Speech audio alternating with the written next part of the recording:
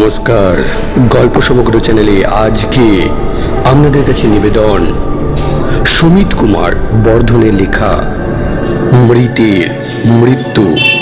শুরু হচ্ছে আজকের গল্প সুমিত কুমার বর্ধনের মৃতের মৃত্যু। ইতালির আল্পস পর্বতের পাদদেশে একটা হ্রদ, নাম লাগো ডি গার্ভা। চারিদিকে ঘিরে রয়েছে মনোরম দ্রাক্ষাকুঞ্জ নিয়ে দাঁড়িয়ে ছোট ছোট পাহাড়। তাদের ছায়া পড়ে হ্রদের সুনীল জলরাশির বুকে। মৃদুমন্দ বাতাস, কখনো বা শিশুর হাসির মতো জলের গায়ে ছোট ছোট টোল ফেলে ছুটে যায় হ্রদের বুকের উপর দিয়ে। চারপাশে প্রকৃতির স্নিগ্ধ শান্ত রূপ মনে দেয় এক নিবিড় প্রশান্তি। তাই বোধ হয় দলে দলে লোক প্রায়ই ওখানে ছুটে আসে অবসর বিনোদনের লোভে, এই অসামান্য প্রাকৃতিক সৌন্দর্য উপভোগ করার জন্য। হ্রদের ধারে ছোট্ট শহর রডিভা। অধিবাসীরা শ্রমপটু, মাথার ঘাম পায়ে ফেলে খেতে তাদের বিন্দুমাত্র আপত্তি নেই। অতিথি পরায়ণ বলেও তাদের যথেষ্ট সুখ্যাতি রয়েছে। গল্পের শুরু এই রিভাতে 1954 সালে গ্রীষ্মকালে। একদল গাঁইতি কোদাল চালাচ্ছে একদল শ্রমিক। শহরের বাইরের মাটির উপর একখানা খানা খোঁড়া হবে এখানে, ধপাধপ শব্দে। তাই কোদালগুলো উঠছে নামছে। সহসা একজন শ্রমিকের বেলচা ঠক করে কি একটা শক্ত জিনিসে আঘাত করল। অন্য কেউ হলে হয়তো জিনিসটাকে পাথর ভেবে আবার বেলচা চালাতো, কিন্তু ইতালির এ অঞ্চলের শ্রমিকরা অতটা নির্বোধ নয়। তারা জানে রোমান সাম্রাজ্যের কেন্দ্রবিন্দু এই ইতালির মাটিতে এখনো লুকিয়ে আছে বহু পুয়ারা কীর্তি। তাছাড়া আগের বছরই রিভা থেকে পাওয়া গেছে কিছু রোমান আমলের মুদ্রা আর পাত্র। সুতরাং মাটির অভ্যন্তরে লুকিয়ে থাকা জিনিসটার ওপর বেলচা দিয়ে আঘাত না করে ধীরে ধীরে মাটি সরাতে লাগলো শ্রমিকটি।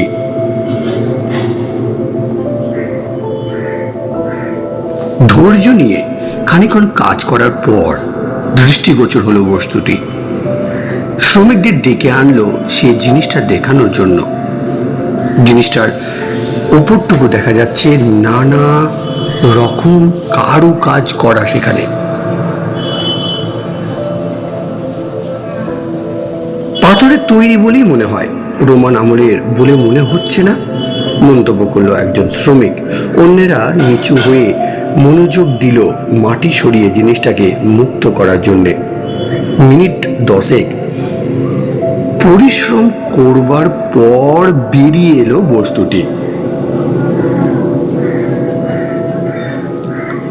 ফুট কয়েক লম্বা একটি পাথরের তৈরি শবাধার। সন্তর্পণে শবাধারের ঢাকনাটা টেনে দেখলো প্রথম শ্রমিকটি, কিন্তু বহু শতাব্দীর ধুলো কাদা ঢাকনার মুখে জড়ানো। তাই ঢাকনার জোরের মুখে বুঝিয়ে সে আটকে ফেলা ধুলো কাদাইটা সরিয়ে সেটা একটুও নড়ল না। নিরাশ হলো না তবুও সমুখটি। বেলচার কানা দিয়ে জোরে মুখে থেকে ধীরে ধীরে চেঁচে ফেললো সবটুকু কাদামাটি। এবার আলগা হলো ঢাকনা। অন্য একজন শ্রমিক ধরল ঢাকনার অন্য দিকটা। তারপর দুজনে মিলে ধরাধরি করে খুলে ফেললো সেটিকে। বহু বহু শতাব্দী পরে আবার সূর্যালোক স্পর্শ করল সভাধারের অভ্যন্তর। শ্রমিকরা সাগ্রহে ঝুঁকে পড়ল তা ভালোভাবে দেখার জন্য।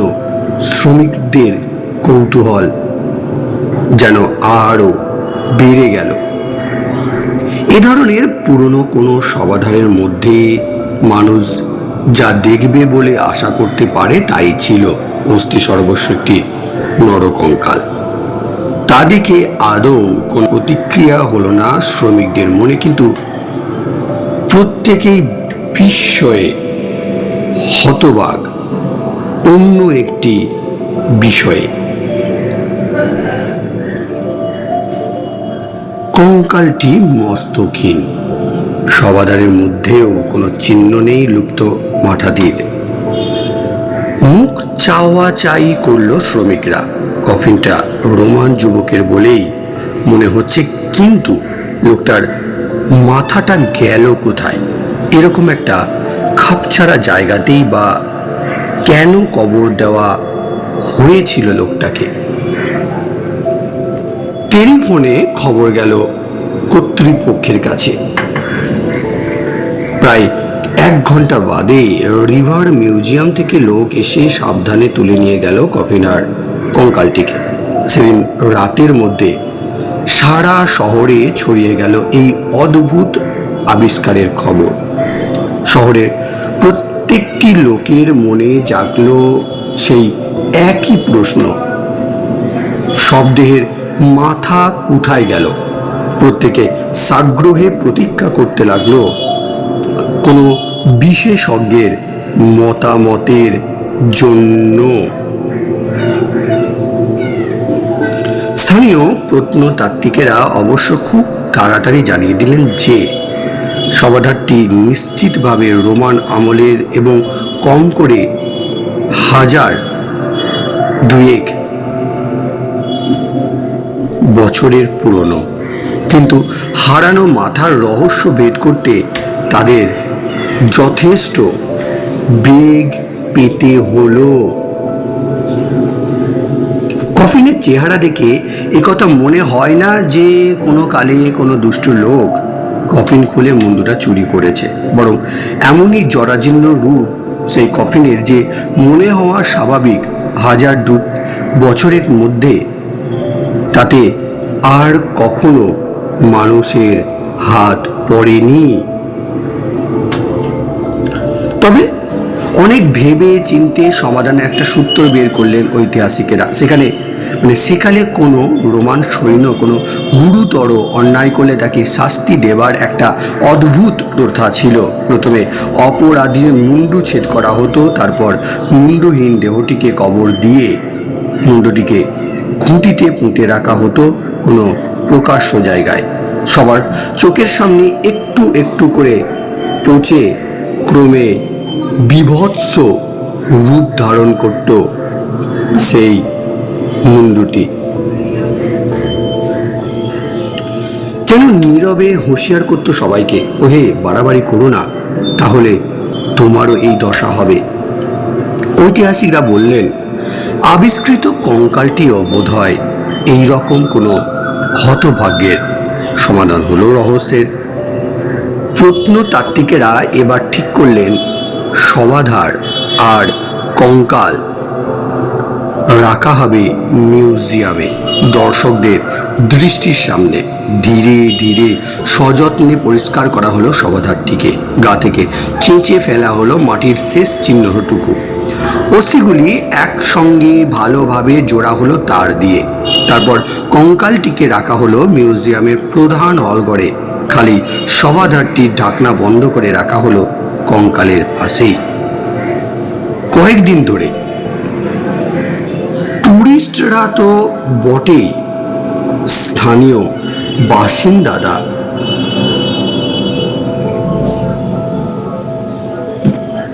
ভিড় জমাতে লাগলো এই অভিনব প্রদর্শনী দেখার জন্য। ইতালির বহু পত্রিকা আর সংবাদপত্রেও ছাপা হলো অদ্ভুত সব ঘটনা।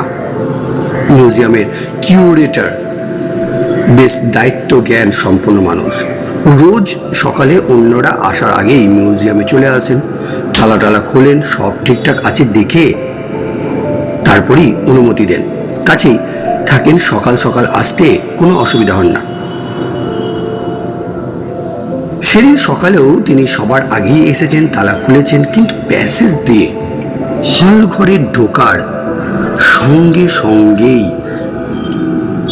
বিস্ময়ে, তার আতঙ্কে তার দৃষ্টি বিস্ফারিত হলো। কঙ্কালের পাশে রাখা সমাধারটির ঢাকনা খোলা। ত্রস্ত পদে এগিয়ে গেলেন ঘরের ভিতরে। যা দেখলেন তাতে বিস্ময় বাড়ল, বই কমল না। একেবারে চরম বিশৃঙ্খলা অবস্থা। ঘরময় ছত্রাকার হয়ে পড়ে আছে টুকিটাকি জিনিসপত্র।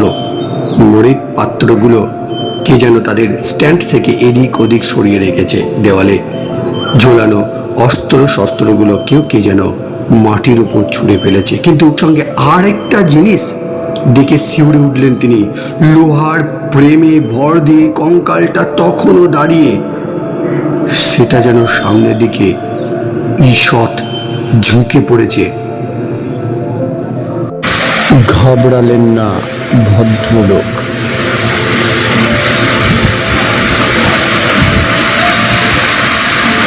এহেন রক্ত জমানো পরিস্থিতিতেও ঠান্ডা রাখলেন মাথা। চারিদিকে একবার চোখ বুলিয়ে বোঝার চেষ্টা করলেন কিছু খোয়া গেছে কিনা।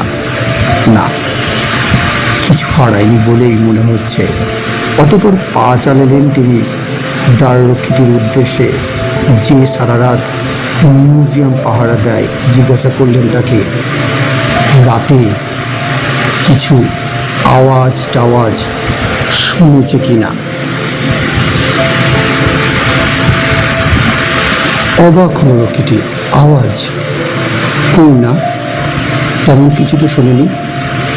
যেমন রোজ করে তেমনই নিয়ম করে কালও তো খানিকটা পর পর চারিদিকে একবার করে টহল দিয়েছে, কিন্তু সেই রকম কোনো শব্দ টব্দ তো কানে আসেনি। ঘাড় নাড়লেন কিউরেটার। তার মানে এই সব অপ্রকৃতি ঘটেছে তোমার শেষ টহল আর আমার আসার সময়টুকুর মধ্যে। সঙ্গে করে রক্ষীটিকে ওপরে নিয়ে গেলেন। কিউরেটরে কি ঘটেছে দেখার জন্যে। ঘরের অগোছালো চেহারা দেখে আশ্চর্য হলো দ্বাররক্ষী। কাল রাতে এত কাণ্ড ঘটে গেছে আর সে কিছু টের পায়নি পর্যন্ত।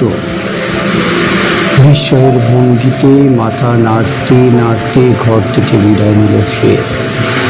খানিক বাদে মিউজিয়ামের অন্যান্য কর্মচারীরাও এলো।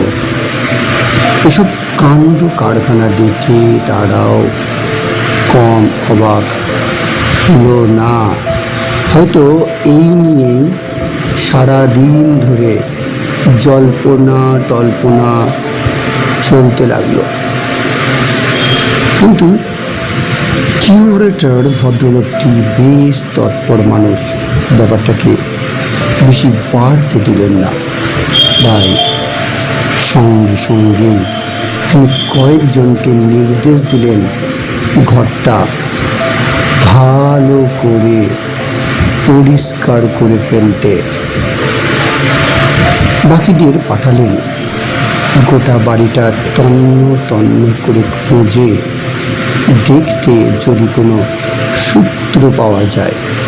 খানিক বাদে বিফল হয়ে ফিরে এলো তারা। না, সেরকম কিছুই পাওয়া যায়নি। সব দরজা জানালা বন্ধই আছে, কোনো তালাটাও ভাঙা নেই। রাত্রে কেউ ঢোকেনি বলেই মনে হয়। চিন্তা বেড়ে গেল কিউরেটরের। চিহ্ন না রেখে গেলেই বা কেউ যে এখানে ঢুকেছিল তাতে তো সন্দেহ নেই।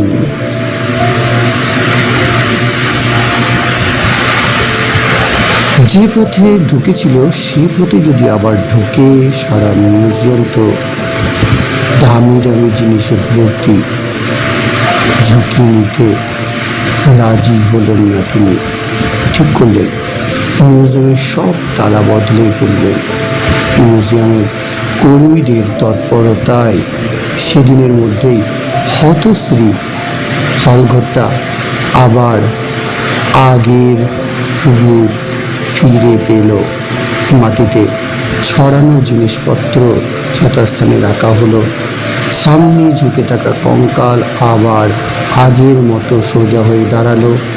সমাধানের ঢাকাও আবার নিজের জায়গায় চড়ে বসল।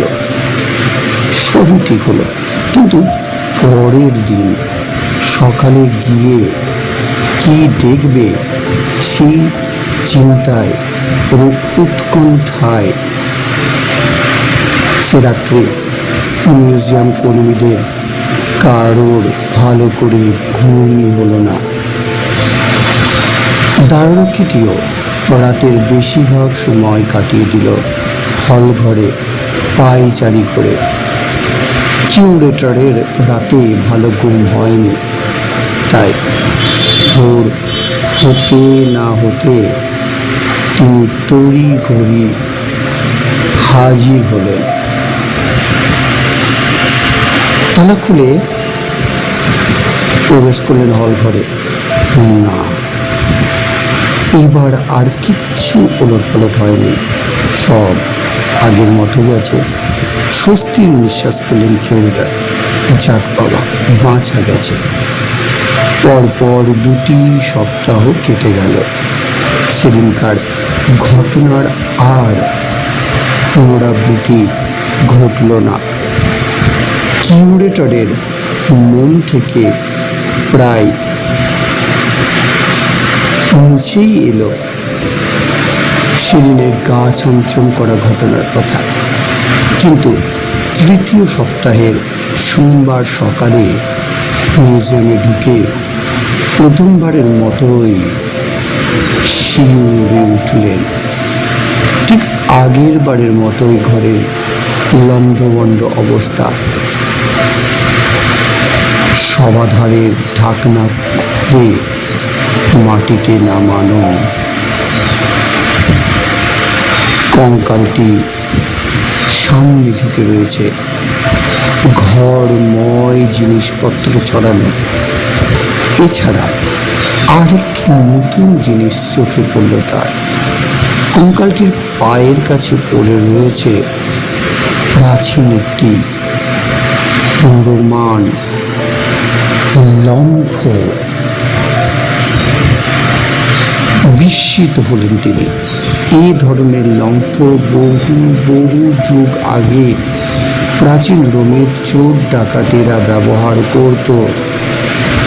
এই জিনিস এখানে এলো কোত্থেকে?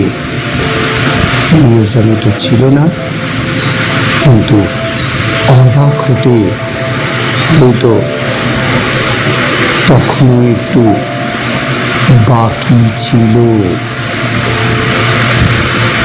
লম্ফ থেকে চোখ তুলতেই তার নজর পড়ল এক কোণে রাখা একটা রোমান বেদির উপর।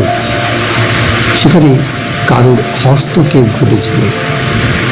পড়ে আছে বেশ কিছু ছাই, যেন দেবরাজের উদ্দেশ্যে আগে রাত্রে হোম করা হয়েছে। ক্রমে জানতে পেরে কর্মচারীরা এলো। আগের মতো সারা মিউজিয়াম তন্ন তন্ন করে খোঁজা হলো এবং ঠিক আগের মতোই কর্মচারীরা চোরের আগমনের কোনো প্রমাণ খুঁজে পেল না। রহস্যের জট ক্রমে বেরিয়ে চলতে লাগলো। ফলে যা হওয়ার তাই হলো। শহরের সর্বত্রই ছড়িয়ে পড়ল এইসব সৃষ্টি ছাড়া কাণ্ড কারখানার কথা। গল্পের আসর আরও সরগরম হয়ে উঠল। গুজব আর আলোচনার তুফান ছুটল বৃক্ষের ভঙ্গিতে ঘাড় নাড়তে নাড়তে বৃদ্ধেরা বলল, বাবা হবে না কেন, কবেকার পুরনো মরা। তারপর বজ্জাত লোকে তার ঠিক নেই, তাকে তুলে এনে ঘরে রাখলে হবে না। এসব কাণ্ড কারোর গলা টিপে যে মারেনি এই রক্ষে। শহরের কর্তৃপক্ষ অবশ্য বুড়োদের মতো অত কুসংস্কারগ্রস্ত নয়। তারা ব্যাপারটাকে চালাতে চেষ্টা করলেন স্রোত চোরের কাজ বলে দিয়ে।